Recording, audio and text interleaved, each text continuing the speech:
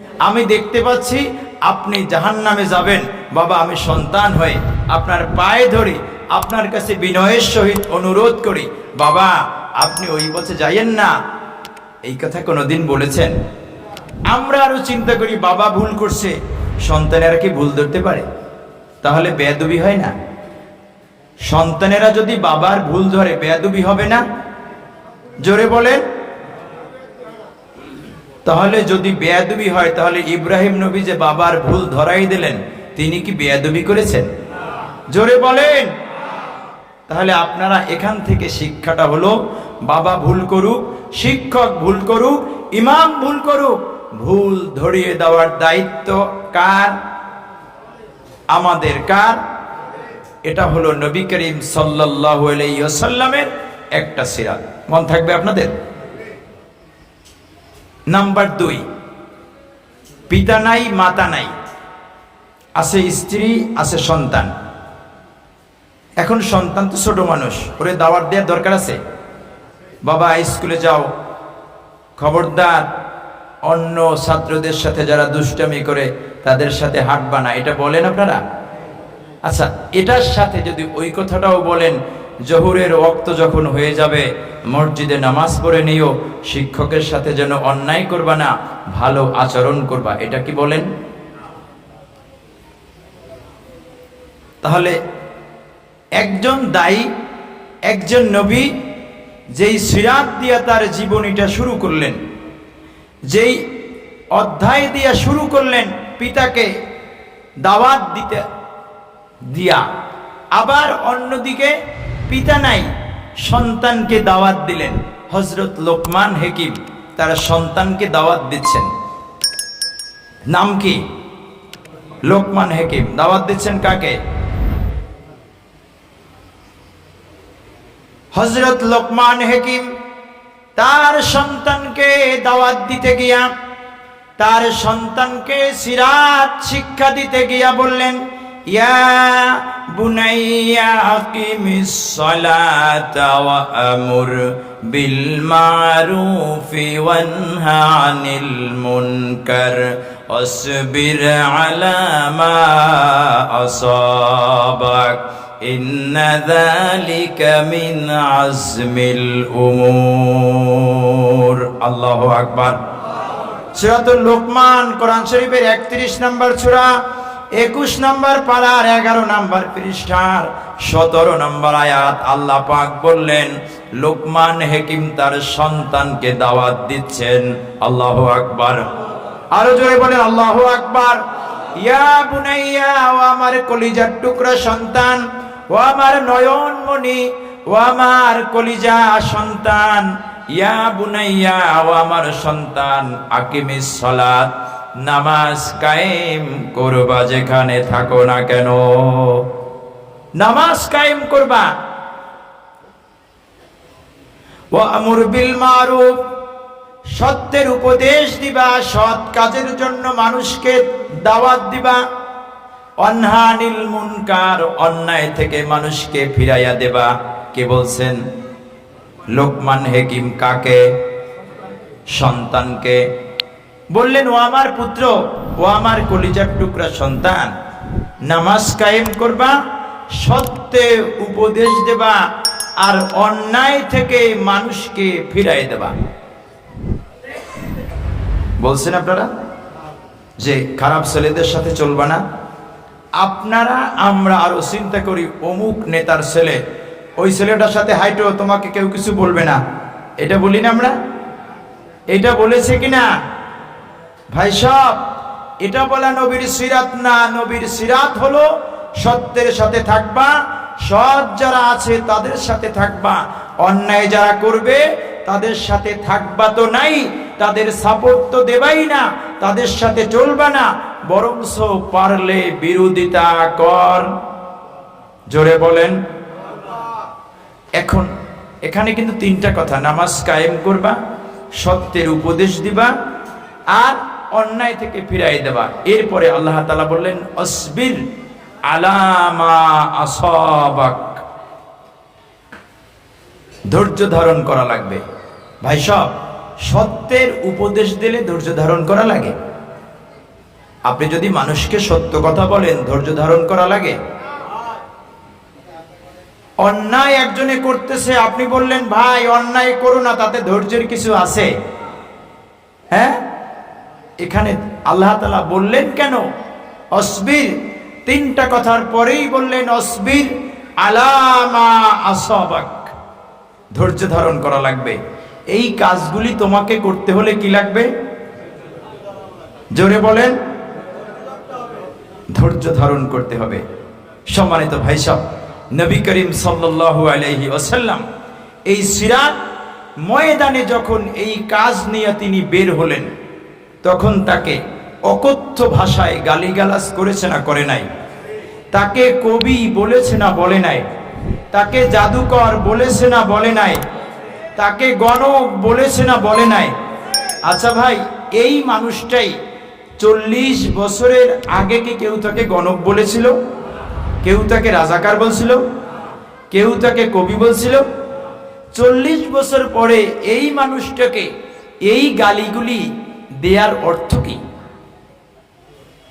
কোন কারণে তিনি এই গালিগুলি দিচ্ছেন? জাতিরা, তার কওমরা, তার অধিবাসীরা, তার দেশে নিজ ভাষাভাষী মানুষেরা তাকে এখন গালি দিতে শুরু করেছে। ভদ্র গালি, বেটা কবি হয়ে গেছে নাকি? আর এখন গালি আছে, তবে একটু গালির ধরনটা পাল্টে গেছে। এখন হয়েছে মৌলবাদ, এখন হয়েছে রাজাকার, এখন হয়েছে আলবদর, এখন হয়েছে আশ-শামস। গালি ওই যুগেও ছিল, এই যুগেও আছে। ভাই সাহেব, আমি সবার কাছে একটা প্রশ্ন করতে চাই, মানুষ কি চরিত্রহীন হয় 40 বছরের আগে না 40 বছরের পরে? বয়স যত বাড়ে তত মানুষ চরিত্রহীন হয়ে যায়, ঠিক না ভাই? বয়স যত বাড়ে মানুষের আধ্যাত্মিকতা তত বাড়তে থাকে, ঠিক না? যৌবনকাল শেষ করলেন এই আরবে, তখন তো কেউ তাকে একটা গালি দেয় নাই। তখন সব মানুষেরা জাতি, ধর্ম, বর্ণ নির্বিশেষে তাকে মহব্বত করত, ভালোবাসত, আমানত রাখত। কার কাছে? জোরে বলেন, কার কাছে? মুহাম্মদ সাল্লাল্লাহু আলাইহি ওয়াসাল্লামের কাছে। এখন 40 বছর পরে যখন দাওয়াতের সিরাত যখন শুরু করলেন, এখন তিনি হলেন কি ভাই? জোরে বলেন। গালি দিতে শুরু করলো। নবী করিম সাল্লাল্লাহু আলাইহি ওয়াসাল্লাম বললেন, ফাকাদ লাবিস্তু ফীকুম উমরাম মিন ক্বাবলিহি আফালা তাকিলুন। ও আরববাসীরা, ও আমার জাতি ভাইয়েরা, ও আমার কুরাইশেরা, আমি তো সেই ব্যক্তি যেই ব্যক্তি তোমাদের কাছে 40 বছর পর্যন্ত বড় হয়েছি। আমার জন্ম থেকে এই 40 বছর পর্যন্ত আমি তোমাদের মাঝে বড় হয়েছি, তোমাদের সাথে চলেছি, তোমাদের সাথে। আমি তো সেই ব্যক্তি যেই ব্যক্তি তোমাদেরকে এখন দাওয়াত শোনাচ্ছি, যাকে তোমরা দীর্ঘদিন ভালোবাসতে, যাকে তোমরা দীর্ঘদিন আলিঙ্গন করতে, মহব্বত করতে, আমি তো সেই ব্যক্তি আজকে যাকে তোমরা গালি দিতেছ। আল্লাহু আকবার। সূরা ইউনূস আয়াত নাম্বার 16। ফাকাদ লাবিস্তু ফীকুম উমরাম মিন ক্বাবলিহি, আর আমি তো তোমাদের পূর্বে সেই ব্যক্তি যাকে তোমরা চরিত্রবান বলেছো, যাকে তোমরা আধ্যাত্মিক পুরুষ বলেছো, যাকে তোমরা ন্যায়পরায়ণ বলেছো, যাকে তোমরা ইনসাফের লোক বলেছো। আজকে তোমরা কবি বলে গালি দাও। কাকে গালি দিচ্ছ? এখন নবী করিম সাল্লাল্লাহু আলাইহি ওয়াসাল্লাম সহ তার নবীওয়ালা কাজ যারা করবেন তাদেরকেও গালি দেবে না দেবে না? এখন গালি দিতে হলে নবীও যেমন পাল্টা গালি দিয়েছিলেন না? জোরে বলেন, গালি দেয় নাই?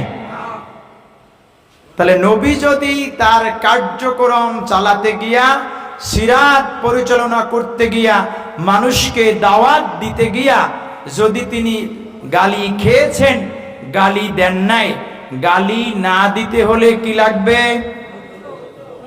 বুঝেছেন আপনারা? আগে বললেন আল্লাহ তাআলা ধৈর্য, অসবির, ধৈর্য ধারণ করো। 1 তারিখ 1 আগস্ট মনে আছে আপনাদের?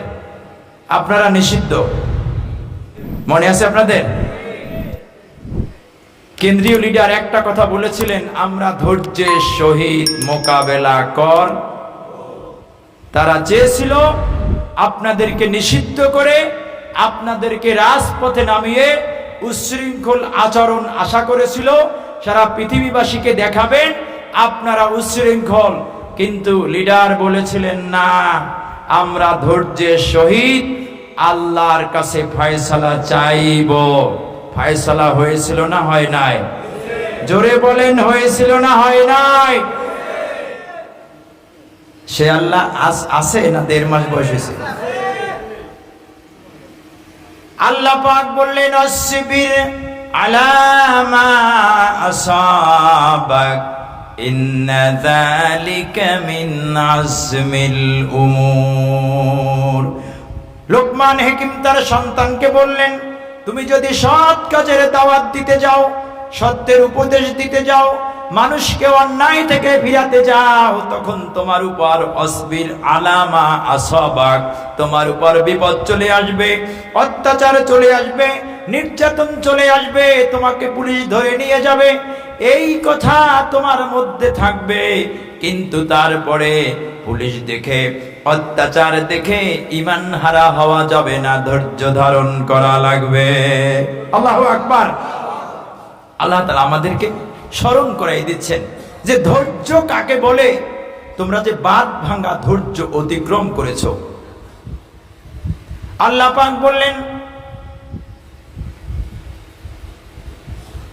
واذكروا إذا أنتم قليل مستضعفون في الأرض تخافون أن يتخطفكم الناس فآواكم وأيدكم بنصره ورزقكم من الطيبات لعلكم تشكرون الله أكبر সূরাতুল আনফাল আল্লাহ পাক বলেছেন আযকুরু, স্মরণ করো সেই সময়ের কথা, ইযান্তুম কলিলুন, তোমরা ছিলে হাতে গোনা কয়েকজন।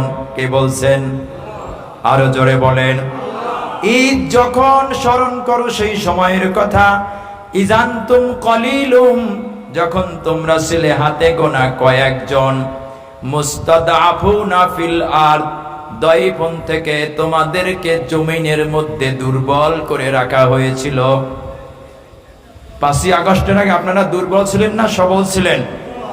নাম বলতে পারতেন, সত্য কথা বলতে পারতেন, যে কথা বাড়াবা না তাহলে কিন্তু জামাত বলে ধরাই দেব, এরকম কোন স্লোগান মাঠে ছিল না? ছিল না? আয়াত মিলান। আল্লাহ পাক বললেন মুস্তাদাফুনা ফিল আরদ, তোমাদেরকে জমিনের মধ্যে দুর্বল করে রাখা হয়েছিল, এই কারণে তোমরা নবীর সিরাত মেনেছো, মানো। এজন্য শুধু এখানেই শেষ নয়, তাখাফুনা ইয়াতাখাত্তাফাকুমুন নাস, তোমরা যত আন্ডারগ্রাউন্ডে প্রোগ্রাম করেছো, আন্ডারগ্রাউন্ডে তোমরা যত নিজেদের কার্যক্রম সম্পন্ন করার চেষ্টা করেছো, তাখাফুনা আইয়াতাখাত্তাফাকুমুন নাস, তোমাদের মধ্যে এই ভয় কাজ করত কখন যেন পুলিশ এসে ধরে নিয়ে যায়। আছে না নাই? এখন আছে? এটা ছিল। এটা কি সত্য না মিথ্যা?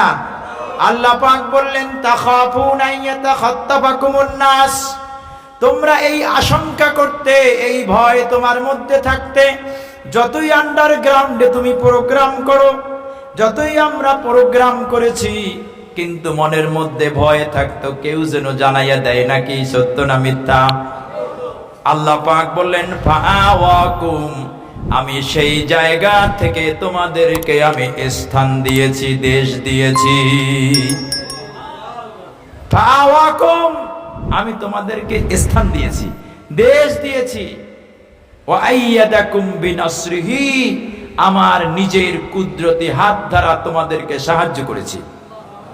আচ্ছা ভাই, আল্লাহর সাহায্য না হলে এই রকম বিজয় বাংলাদেশের কোন মানুষ আশা করেছিল? যারা গেছেন তারা চিন্তা করছে যারা এখন যারা ওপেনে আছেন তারাও কি চিন্তা করছে এরকম অল্পের মধ্যে এটা আল্লাহ ছাড়া সম্ভব? জোরে বলেন। ওয়ারাযাকাকুম মিনাত তাইয়্যিবাত, এবং তোমাদেরকে উত্তম খাদ্য দ্বারা তোমাদের রিজিকের ফয়সালা করেছি। আল্লাহু আকবার। কেন করেছি? লাআল্লাকুম তাশকুরুন, যেন তোমরা আমার কৃতজ্ঞতা আদায় করো, আমার কৃতজ্ঞ বান্দা হয়ে যাও। কৃতজ্ঞ বান্দা কি সুবহানাল্লাহ, আলহামদুলিল্লাহ, আল্লাহু আকবার, এরকম না? রাস্তায় হাঁটবো আর তাসবিহ গুনবো, আল্লাহ আল্লাহ আল্লাহ, এরকম তো? বাসায় বসে তাহাজ্জুদ পড়ে আল্লাহর কাছে বলবো, আয় আল্লাহ বিজয় দান করেছো, তোমার কাছে শুকর আদায় করছি, এরকম? কোন রকম ভাই? কোন রকম?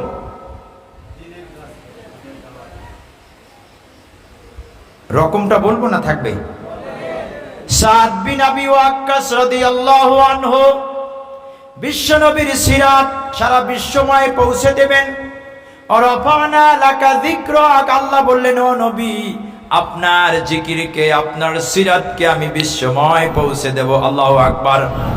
সাদ বিন আবি ওয়াক্কাস চিন্তা করলেন আরব বিশ্বতে ইসলাম প্রচার হয়েছে, ইসলাম জয়যুক্ত হয়েছে, এখন এই নবীর সিরাত, এই ইসলাম, এই কোরআন আফ্রিকায় পৌঁছে দেওয়া প্রয়োজন। কে বললেন?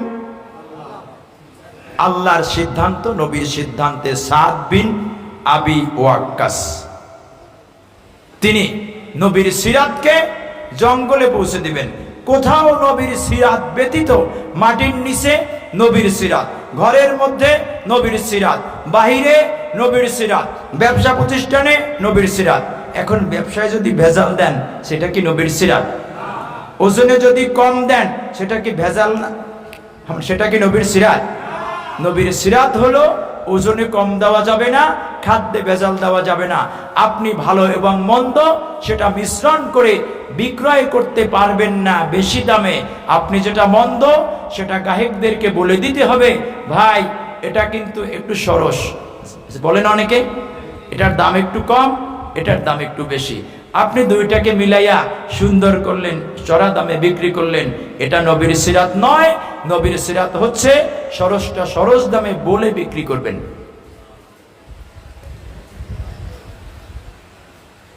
সাদ বিন আবি ওয়াক্কাস রাদিয়াল্লাহু আনহু আফ্রিকার ভূখণ্ডে নবীর সিরাত পৌঁছে দিবেন, নবীর দ্বীন পৌঁছে দিবেন, ইসলাম পৌঁছে দিবেন, কোরআনের ঝান্ডা সেখানে উঠাবেন। এই চিন্তা করে সাদ বিন আবি ওয়াক্কাসের নেতৃত্বে আফ্রিকার ভূখণ্ডে যাবেন। সমুদ্রের নিকটবর্তী হলেন, নিকটবর্তী হলে সাহাবীদেরকে জিজ্ঞেস করলেন, ও আল্লাহর নবীর সাহাবীরা, নবীর সিরাত কি সমুদ্রের এপারে থাকবে না ওপারে যাবে? ইসলাম কি এপারে থাকবে না ওপারে যাবে? কোরআন কি এপারে থাকবে না ওপারে যাবে? কে বলছেন? সাদ বিন আবি ওয়াক্কাস। কাকে বলছেন? সাহাবীদেরকে। যে ইসলাম কি শুধু এই ভিটাবাড়িয়ায় থাকবে না ওপারেও যাবে? ইসলাম কি শুধু এই জায়গাটাতে থাকবে না সারা ভিটাবাড়িয়ায় পৌঁছে যাবে? ইসলাম কি খালি ভান্ডারিয়ায় থাকবে, সারা দেশ পৌঁছে যাবে? সাথীরা বলল, ও লিডার, আপনি যেটা নির্দেশ করবেন সেটাই চলবে, আপনি যেটা বলবেন সেটাই হবে। সাদ বিন আবি ওয়াক্কাস বললেন, ও আল্লাহর নবীর সাথীরা, যদি তোমাদের সিদ্ধান্ত হয় এই, তাহলে আমরা সমুদ্র পাড়ি দিয়া আফ্রিকার ভূখণ্ডে উঠতে চাই। আল্লাহু আকবার। 60,000 অশ্বারোহী মুসলমান সমুদ্র পাড়ি দিয়া ওপারে চলে গেলেন। ওপারে যাওয়ার পরে হিংস্র মানুষেরা জিজ্ঞেস করলো, তোমরা এসেছো কেন? বলল, আমরা এসেছি আল্লাহর নবীর সিরাতকে বাস্তবায়ন করার জন্য, আল্লাহর নবীর দ্বীনকে বাস্তবায়ন করার জন্য, কোরআনের ঝান্ডাকে আফ্রিকার ভূখণ্ডে উড্ডীন করার জন্য আমরা এসেছি। তারা বলল, মানুষগুলা পাগল নাকি? যে আফ্রিকার ভূখণ্ডে আছে শুধু বড় বড় হিংস্র প্রাণী, এখানে ঝান্ডা উড়ানো যাবে? জোরে বলেন, এইখানে সিরাত চলবে? আফ্রিকার ভূখণ্ডে, আফ্রিকার জঙ্গল নাম শুনেছেন আপনারা? অনেক ভয়াবহ, অনেক বড় বড় প্রাণী রয়েছে, হিংস্র প্রাণীরা। মানুষেরা বলতে শুরু করলো এরা পাগল নাকি, যে আফ্রিকার ভূখণ্ডে আসছে দিন নিয়া, সিরাত নিয়া, কোরআন নিয়া, ইসলাম নিয়া। বলল ঠিক আছে, তাহলে তোমরা ওই জায়গায় তোমরা অবস্থান করো। কোন জায়গায়? যেখানে বাঘ সিংহ আছে। ওরা চিন্তা করেছে যে আমাদের আর ওদের সাথে যুদ্ধ করার দরকার নাই, ওরা বাঘ সিংহতেই সাবার করে দেবে এক রাতের মধ্যে। এটা ছিল মানুষের চিন্তা চেতনা। বুঝতে পেরেছেন ভাই? সাহাবায়ে কেরাম রিদওয়ানুল্লাহি তাআলা আলাইহিম আজমাইন যেখানে তাদেরকে ওই দেশের মানুষেরা স্থান দিল, সেই জায়গায় গেলেন। যাওয়ার পরে একটা স্টেজ তৈরি করলেন, একটা মঞ্চ বানালেন। মঞ্চ বানাইয়া ভাষণ দিচ্ছেন। কাদের বিরুদ্ধে ভাষণ শোনাচ্ছেন? কাদের? মানুষদের না পশুদের? যদি পশুরা কি অজ শোনে? পশুরা অজ বোঝে? সাদ বিন আবি ওয়াক্কাস স্টেজে উঠে মঞ্চে উঠে ঘোষণা করলেন, ইয়া আইয়াতুহাল হাশারাত আস-সাইবুন নাহনু আসহাবু রাসূলুল্লাহি সাল্লাল্লাহু আলাইহি ওয়াসাল্লাম। ও বনের হিংস্র প্রাণীরা, ও বনের জঙ্গলের অধিবাসীরা, আমরা আল্লাহর নবীর সাহাবী, আমরা এসেছি আল্লাহ তাআলার এই জমিনে দিন প্রতিষ্ঠার জন্য, দিন কায়েমের জন্য।